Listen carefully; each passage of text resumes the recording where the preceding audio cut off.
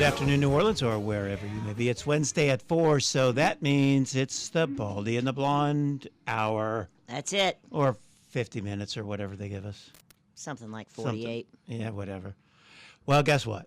What? We had an awesome guest today, scheduled, and we can't get him on the phone. Well, Walter, if you're listening. Walter, where are you? Please call us. We're supposed to have the great Walter Block from Loyola University in New Orleans, a great libertarian economist, and I'm confident he'll join the show. I just thought we would have him at the top of the show. Yeah, so we have to shuffle the deck here. So let's shuffle the deck, and we can just, we're the bosses. We can do whatever we want. Yes, we can. You want to go into my discoveries on the Charlie Kirk matter? I would love to, because let me just tell y'all, right. in case you haven't been listening, it's really worth it. I know the common... I don't know, the talking points out there. Oh, my God, how dare you ask any questions?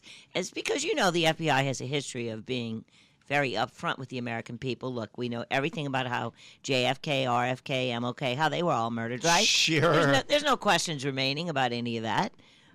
You know, so anyway, there's a lot of really, really odd things, and Tom has diligently, I mean, taken a deep dive into some very crazy stuff. I mean... For example, and we're going to update it today, but for example, if you go back and listen to the past few shows, he was talking about how there were Google searches from Israel for Tyler Robinson going back to 2018. Now, what does it mean? I have no idea, but also with the two people who questioned Charlie Kirk the day he was murdered, that went back to July. The hospitals, the doctors, the judges, the FBI agents, his lawyers. Yeah. All of these searches were emanating from where in the United States? I was looking only from Israel. Only for Israel. Because you only have so much time before they scrub it. So I had to focus on Israel. So now you have some updates for us today. Yeah, but you're going to kill me. What?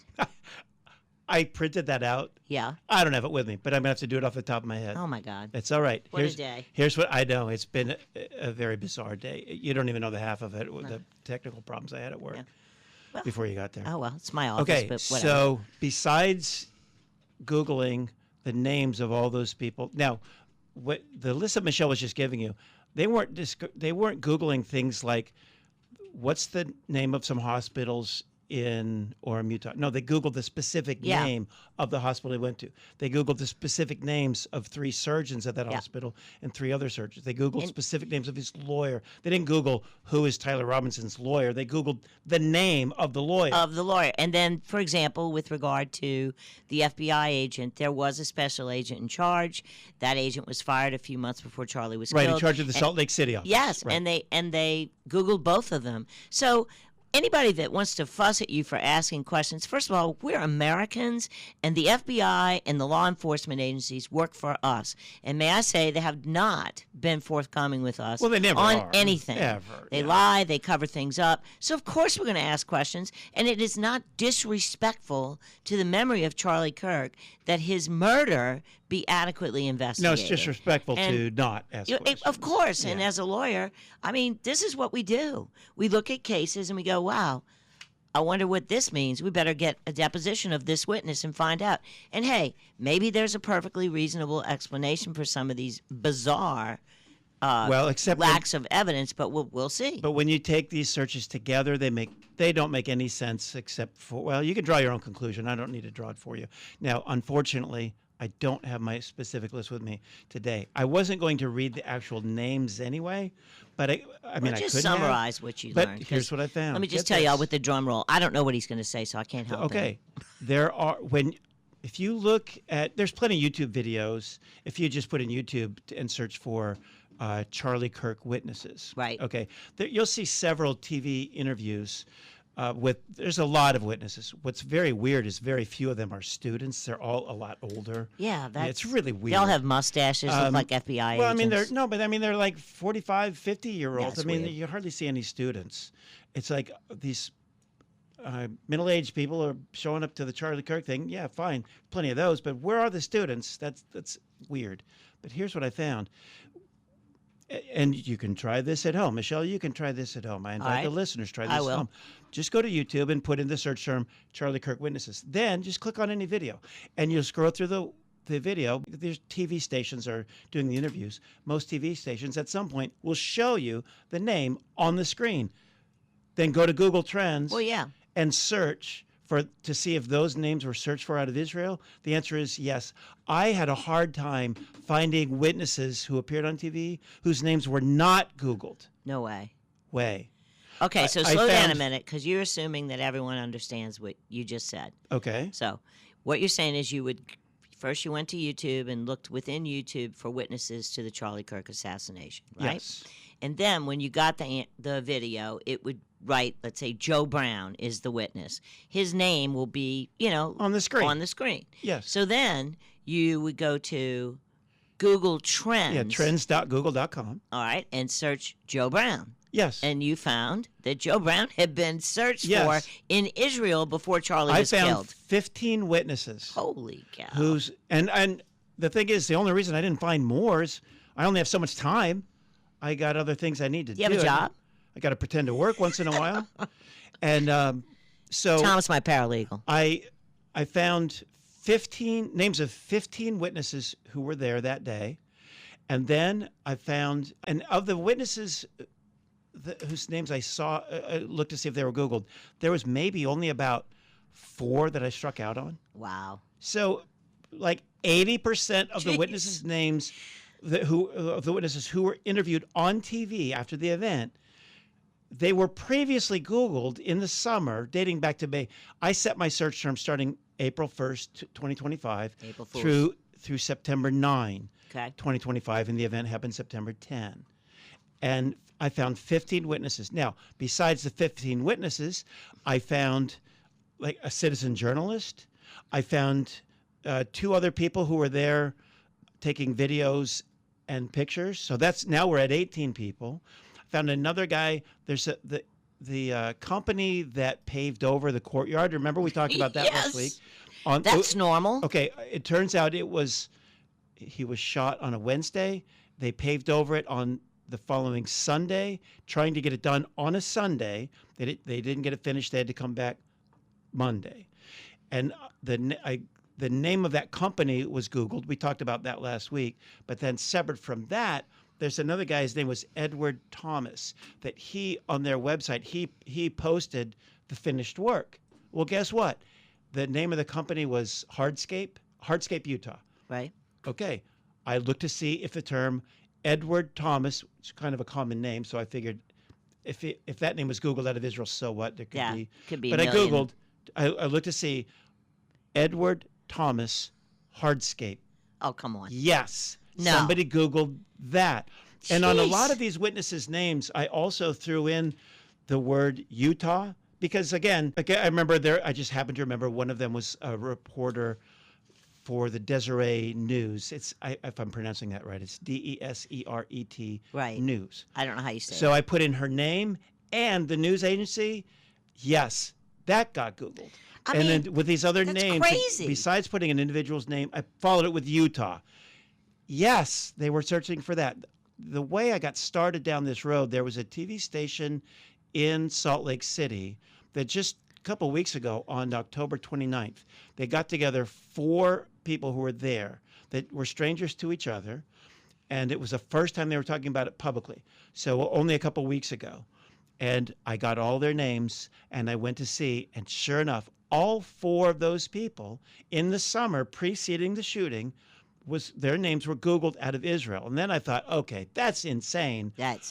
What other witnesses have been? And it turns out about 80% of the witnesses who I found, their names were Googled in the summer prior to the shooting. All right, let me say this. Tom is a writer in addition to being a fantastic paralegal at my law firm, and awesome husband, don't forget that. Well, not to me. But anyway, yes. But to somebody out there who sometimes listens. And a good grandpa, etc. Awesome grandpa. Yes, I'm a much better grandfather than I am husband. So. Well, anyway, so what I was going to say is, since you're a writer and a writer of fiction, what in the world, I mean, I know we don't know why these people were Googled from Israel before Charlie was killed, but can you spin a tale that makes it make sense? Well, I could, but the thing is, we're down to 48 seconds and counting. All right. And it would take me a novel to spin that tale, but I could spin a great tale. Yeah. I have written some books, as you know. Yes.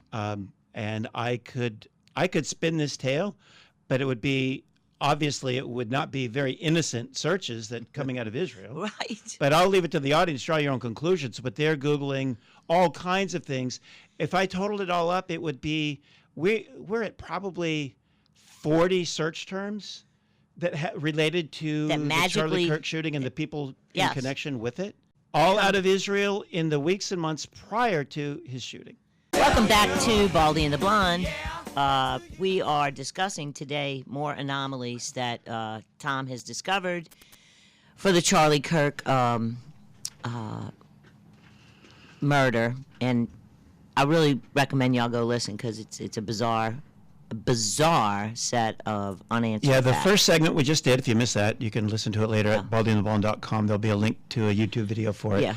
And then also we did some stuff on it last week and then a few weeks before that because it continues to grow more and more. I'm finding more and more things. Yes.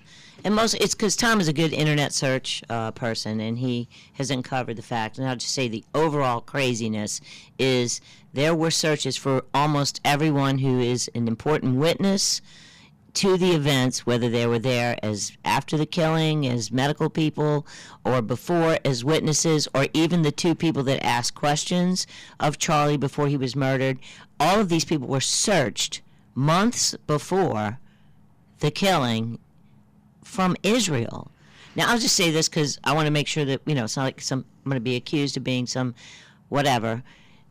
There are such things as VPNs, but, who's going to try to set up Israel? And I have no conclusion as to what it is. Well, and you already... I just mean that how does this happen? What kind of coincidence has to exist? It's impossible to be a coincidence. It's not a coincidence. Okay, go back and listen. You'll hear it's not a coincidence. So what is it? I don't know. I suppose it's possible that the searches did not come from Israel, but Google Trends says they did. Yes. But maybe there's some way to make it, disguise yourself and make it look like it.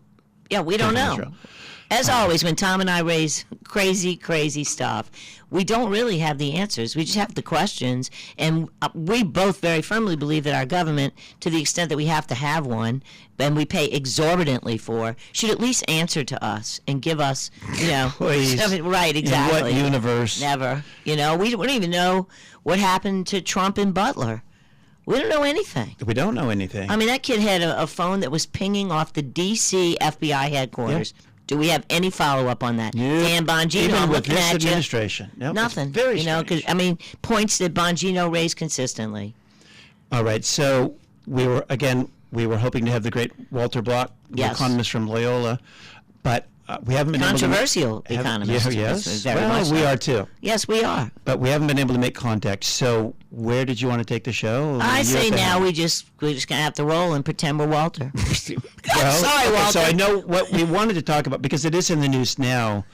But here's the thing: you and I are brilliant, but on this topic, we needed someone brillianter. Brillianter, and brillianter than us is Walter Block. Dr. Block to you. But again, we haven't been able to make connection with him, so we'll try to handle this the best we can. We'll do the best we can under the circumstances. But with this government shutdown and maybe coming to an end soon, what's interesting is, as you know, Michelle, I fly every weekend. Yes. And it occurred to me this last time, luckily I wasn't interrupted, but it occurred to me at some point there's going to be a lot of interruptions. And I would hope that as that happens, even hardcore leftists and statists would come to the realization that why does air travel need to be in their government's hands? Correct. What does these guys' inability to manage themselves have to do, when I say that I mean Washington, D.C., have to do with my desire to travel? It has nothing to do with it. So if it were to continue, there would be some positives coming out of that. And maybe these things could be privatized. I ask you this. Why not? Who employs the pilots, the airline pilots? Is that the federal government? The U.S. government? Or is it the airlines? Right. So why can't the airlines also be the employers of the air traffic controllers? Of course they could. But you know that what? blows people's minds. Like, well, no, they're government employees. They have to. How could it possibly work? Well, really, how could it possibly work that the pilots Right. Right. And The pilots work for Delta, United, American, etc. Yes, and they're not government employees. TSA doesn't have to come under Homeland Security. No. TSA and Homeland Security didn't exist. We don't need them. They need to go away. They could be privatized. Yes, they Right. could. So we were hoping to have Walter to come on because he's written extensively on this for decades about privatizing Maybe next week. basically everything. We'll see. Well, we'll try that. But the point is that I would hope that more and more people would come to the realization that these things can be taken out of the Yes. government's hands and should be. Yes. Because when they're managed by an entity that just suddenly shuts down because they can't figure their crap out. Right. And they affect the lives of scores of millions of people. Right. In terms, like people, anybody who wants to travel, and then SNAP, aka food stamps, same thing. That didn't exist for a long time, and we don't have a history of people just dying in the gutters. Of course not. In this country, because there's charities. St. Vincent de Paul. Yeah, exactly. Already at all Catholic churches, huge increase in donations to that. I'm sure Sure. other churches, food Yes. banks, people actually prefer to be charitable absolutely. than to have it forced on them by a crazy government. You give them $100 for charity, you're lucky if $1 makes it to the poor Yeah, person. sure, You're lucky. sure. So Well- I give my money to Catholic charities. Well, No, let me clarify that. Okay. Charities run by the Catholic Church, not Catholic Okay. charities, for various reasons, mostly because they were You mean- wildly involved in What you mean illegal is- invasion of this country. Right, so Catholic Charities is an actual entity. It is an entity. Do You're not talking support about them. charities that Yes. are connected Yes. to the Catholic Church. Yes, but St. not- Vincent de Paul Okay. Society is a very good one. Well, and you know what? That was Ebenezer Scrooge's defense, and he was right on why he didn't want to give. It's like I already give. The government already takes from me. Yes. Okay, so stop asking. Stop. Right. And that's Now, not charity, folks. Now I do like to be charitable, but as you and I always talk about, you can't speak about your charity. Well, You can't. I know. You can say you like to give to charities. You can do that. And you're coming But from the Bible where it says, if you're fasting, please comb You're your right, you're hair, really- scrub your face, Well, and and don't it's- look like you crybaby. It's true. You're really not supposed to talk about your giving. But I'm talking about it on this show for a reason. No, but we're talking about generalities, Yes. and that's okay, I imagine. But I am confident that if SNAP did not exist, absolutely, Americans would step up big time. Of course they would. They already have. Yeah. And it would be more efficient. Yep. The food would be more nutritious. Yep. And it would be fact- much quicker delivery of food. Let me tell you a little story that a lot of people, I don't think you were living here when this happened. There was a big flood in Baton Rouge. And there was tons of outpouring of support from Louisianians. Tons of food, places you could go get hamburgers, Knights of Columbus, this church, that church. And in comes the Red Cross, and they threw away all the supplies. And you heard this in Kentucky floods as well. They come in, and they just really mess up the entire charitable process that people had instituted on their own because they're bureaucrats.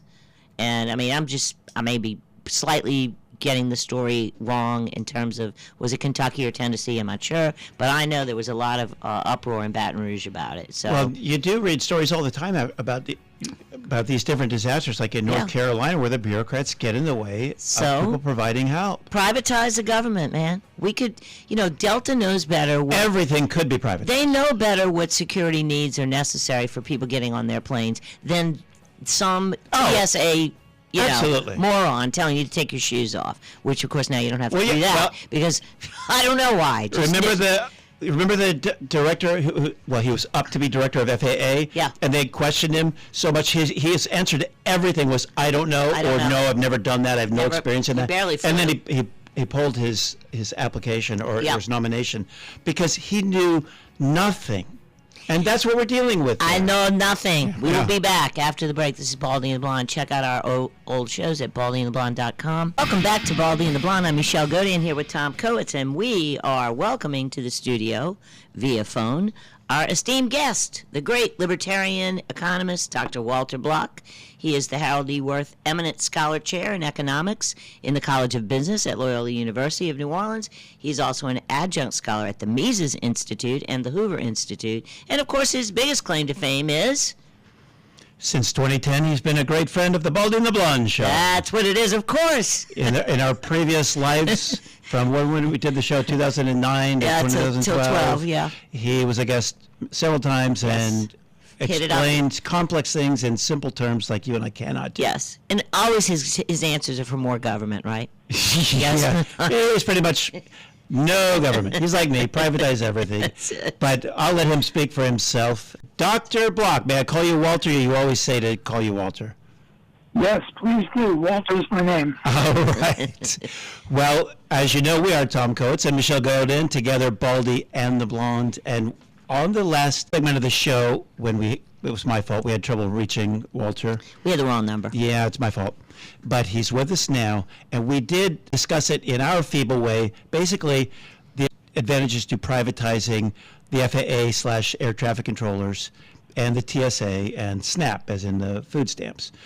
But what we didn't do, we didn't go into any much detail in how would that look like, how would it be accomplished, and in a privatized world, is there anything in government that could not be privatized? So let me just start with a super softball question. Since the pilots are employed by the airlines, is there any reason that the air traffic controllers couldn't also be employed by the airlines? Take it away, Walter. I don't see why that couldn't be privatized. One of my favorite economists is a guy named Thomas Sowell, Sowell, and I want to read a quote from him. It is hard to imagine a more stupid or more dangerous way of making decisions than by putting those decisions in the hands of people who pay no price for being wrong. The idea here is that when it's privatized, then you screw up, you lose money. If you screw up too much, you go broke and you get replaced by other people. Whereas if it's in government hands, the people who made a mistake are still in business. The two examples that one example with regard to New Orleans, Katrina killed 1,900 people. Yep. But it wasn't really Katrina. Katrina was 40 miles east of us, but it was powerful enough to mess us up badly. Yes. But who was responsible for it? It was the Army Corps of Engineers. It was their levees that fell. Now, if the Mississippi River were privatized, the people who killed 1,900 people would not be still in business, whereas the Army Corps of Engineers is still in business. So that's a perfect example of Tom Sowell's claim. Now, that's pretty radical, privatizing Mississippi River. Another advocate of mine is privatizing the I-10. Do you know that 40,000 people a year die in traffic accidents? And, we know that competition brings a better product. That's why we have pretty good shoes and pretty good pianos and pretty good hamburgers. But there is no competition between different road owners. The roads are run by the National Highway Safety Traffic Administration, and if they screw up, and they do, 40,000 people a year, that's a big screw up, they're still in business. So I would say, let's privatize Mississippi River, let's privatize streets and highways, and that's a pretty radical view. Whereas privatizing the air traffic controllers is a lot easier for most people that aren't into this to see. Yeah. It would work a lot better, that's for sure. Okay, so if you could wave a wand, and starting with the things that are the least radical, and I agree with you that everything could be privatized, and I agree with you because I've read a lot of what you've written and I've heard a lot of your lectures, and it makes good sense to me. But it is a radical notion to privatize a river, to privatize an entire system of roads. I get it, but not everybody's going to go there. So what's the lowest hanging fruit within starting, say, with the federal government? What's the lowest hanging fruit that we could privatize really right away if the people had a will? Well, we could privatize Audubon Park. We could privatize the libraries. We could privatize the schools. We could certainly privatize air traffic controllers. All these things. Audubon Park, when a murder occurs in Audubon Park, does the mayor lose money? Does the person in charge of that park lose money? No. And we do have parks. We have Six Flags, and we have, private parks, Disney. Disney parks, if something bad happens there, they lose money. If something bad happens in Audubon Park or City Park, nobody who's in charge loses any money. So we're not going to have as good a result under public administration as private. So I would call those pretty low-hanging fruit. I don't think that, I think most people could see the idea that Audubon Park, right down the street from us, is dangerous at night, and people get killed there. And I want, when somebody gets killed, somebody loses money over that and has an incentive to stop it. Yes. And under privatization, we should Disneyfy Audubon Park. And the point is, we do have Disney World and Disneyland, and it works pretty well. Nobody gets killed there. And if we just extrapolate from Disney World or Six Flags to the Audubon Park or City Park, I think that would be a point that most people could see. Well, and you raise an interesting point. That's one I hadn't even thought of that one. But what's very interesting is that the parks that you mentioned, all these private parks, what do they have for security? Private security. That's right. Right. When people say, oh, you can't really privatize the police, well, Disneyland is pretty safe, and that's private. There are more private police in this country than public police. Every shopping mall, even Walmart or Walgreens, or they all have a private cop there, and it's safer there. Whereas, I mean, look at the potholes on the streets. You know, they screw up axles of cars.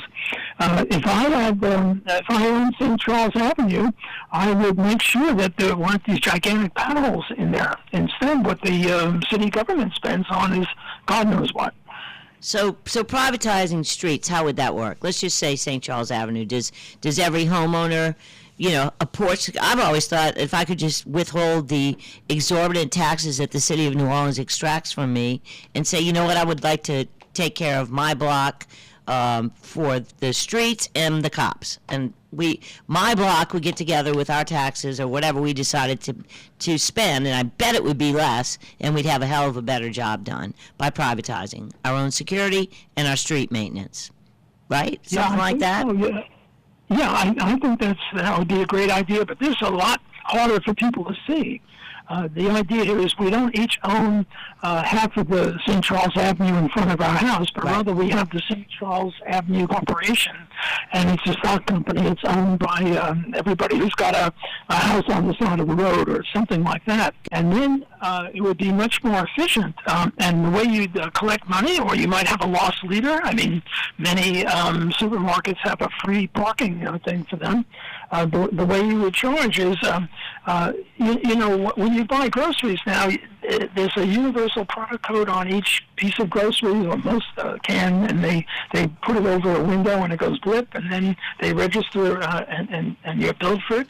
Well, every car would have on the underbody of its car some sort of gizmo, electronic gizmo like that, and every time you use the road, it would register, and we would have peak road pricing. I travel on St. Charles Avenue, and sometimes bicycles are faster than me. Sometimes joggers are faster than me, and even sometimes people who are walking are faster than me, because it's a real bumper-to-bumper place. Yeah, it is. And what I think a reasonable St. Charles Avenue would do is between 4 and 6 in the afternoon and 7 and 9 in the morning, you charge more, so that the traffic can flow. It's so frustrating to sit there in bumper-to-bumper traffic. And I think if we privatize that, we'd have fewer potholes or no potholes, and the traffic would be able to beat bicycles for the first time. Yeah, well, and, people would hear that. It's like, I don't want to have to pay to just drive on St. Charles. Well, but, it's not free. You're paying. You're paying for crappy streets. You might as well pay for good streets. I mean, and look at one of our listeners just texted me or wrote on our Facebook page, Sewage and Water Board. You can't do worse than them. The private sector. Okay, so Walter, how do you privatize that? Well, I just wanted to make one more point about the cost. Yeah, of course. We do have cases where private and public operate both at the same time. The post office, we have a private post office, packages, and then we have a public. And sanitation, sometimes we have public sanitation, sometimes private sanitation. And the private sanitation is a lot cheaper. Yes. So when people say, well, right now I don't pay for going on St. Charles or on the I-10, we can say, you do pay. Yes, you do. All right, we're down to our last 30 seconds, Walter. How would anybody learn about your writings? Go to your website. What websites do you have? Well, WalterBach.com, and just Google me, Walter Bach. I'm all over the place. Yes, you are. You can't miss me. All over YouTube. And Well, that's the truth. That's yeah, all over. I pulled up, man, like 50 clips right Well, off the bat. as always, we greatly appreciate your expertise. You brought to the show a lot of notions that are past me and Michelle, our ability to explain it. So Yes. thank you so much. Thanks, Dr. Block. Appreciate it. Thanks for having me. All right. So yeah, I mean, those are concepts that I think, unless you're sort of, your eyes have to be open to. I mean, it, think about this. you What you know? said was, okay, there's private schools, Yeah. there is private police, there is a the private post office. delivery service. That's a There's great- private sanitation. There's private security. I mean- it's already there. It is. It's just that in some places, like the FAA and TSA, the government's monopolized it, and it's a catastrophe. I'm gonna tell you, like, I have a house in the North Shore too, and we have private collections of garbage, and it's great, as well as private sewerage. Welcome back to Baldy and the Blonde. We just had a sizzling segment with the esteemed Libertarian star, Dr. Walter Block.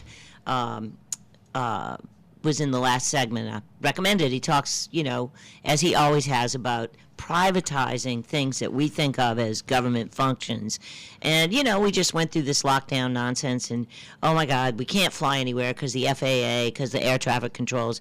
And, hello, you could easily have those people work for the airlines.